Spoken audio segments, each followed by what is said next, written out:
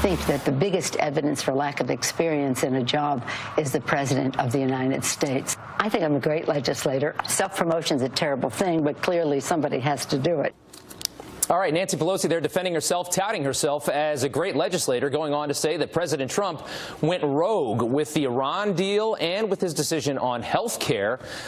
With the president set to meet with Mitch McConnell today, is it finally time that he started thinking about ways to cut off Congress and get this job done himself? He's not having a lot of luck thus far. Here to debate that, Chuck Rocha, Democratic strategist, and Alexandra Smith, executive director of America Rising, the PAC, Political Action Committee. Guys, thanks so much for coming on this morning. Chuck, we're going to start with you. Nancy Pelosi kind of sounding like Donald Trump there, taking some of that self-promotion to heart. Rob, you're exactly right. But the thing about Nancy Pelosi and Democrats for the most part in this town, and I am a Democrat, is don't blame us. We have no power. The American people want a Republican president, House of Representatives and Senate. The Republicans literally control everything. That's why the line with Mitch McConnell is so important for President Trump, because he needs to show some accomplishments. And as much as he'd like to do all of this himself and be an emperor president, he has to do it through the legislative model. And so he has to work with these guys whether he likes them or not. Yeah, and Alex, I mean, that's been the biggest issue. Is it seems that there's almost a bipartisan effort to kind of stay away from the president, that nobody really wants to touch him at certain times because it's almost scary for Republicans. They're thinking about 2018 and beyond the rest of their career, and they don't know really what he is. They can't figure him out because he's different. He's a cowboy. He's not one of them. Do you think that's true? Well, look, I think that the American people sent Donald Trump to the White House in November because he was that change agent. He was a big problem solver who was out to tackle some of the nation's most difficult problems. I think, the meeting with Mitch McConnell today is a good thing. Obviously, there's a lot to accomplish on health care, on tax reform. And I think it's important, too, to note that the administration and the Senate have worked hand in glove on a lot of the important judicial nominees that President Trump has sent through. Most importantly, Neil Gorsuch to the Supreme Court.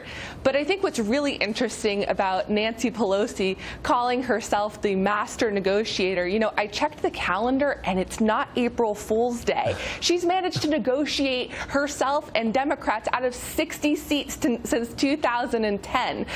She has challenges from the left in her party. When she was running for minority leader, she had challenges. Yeah. So I think that for her to say that is pretty absurd. They're totally out of power. Chuck, over to you real quick.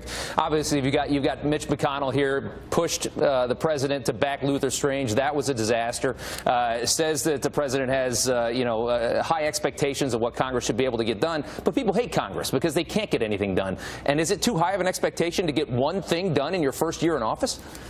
I don't think it is. And I think that he could get things done. But what you have is you have all the different fractions of Republican Party fighting itself. You have Bannon out there running primaries against incumbents who Mitch McConnell has to work with every day. So there's so much bad blood in the water. Yeah. Finding the police for these people to come together is going to be hard to do, and we have a really small timetable to actually get anything done because they never come to work here in Washington. Yeah, I completely agree with that, and that's where a lot of the disdain comes from. Alex, over to you. Talking Obamacare here for a second. The president made a bold move last week that really upset a lot of people by reducing these subsidies to the insurance companies that kind of assist lower-income people or make it easier for them to pay their insurance premiums. The Republicans say these were illegal payments to begin with. These were a way that the former administration tried to make a failing system like Obamacare work by paying illegal money into it. What is your take on that?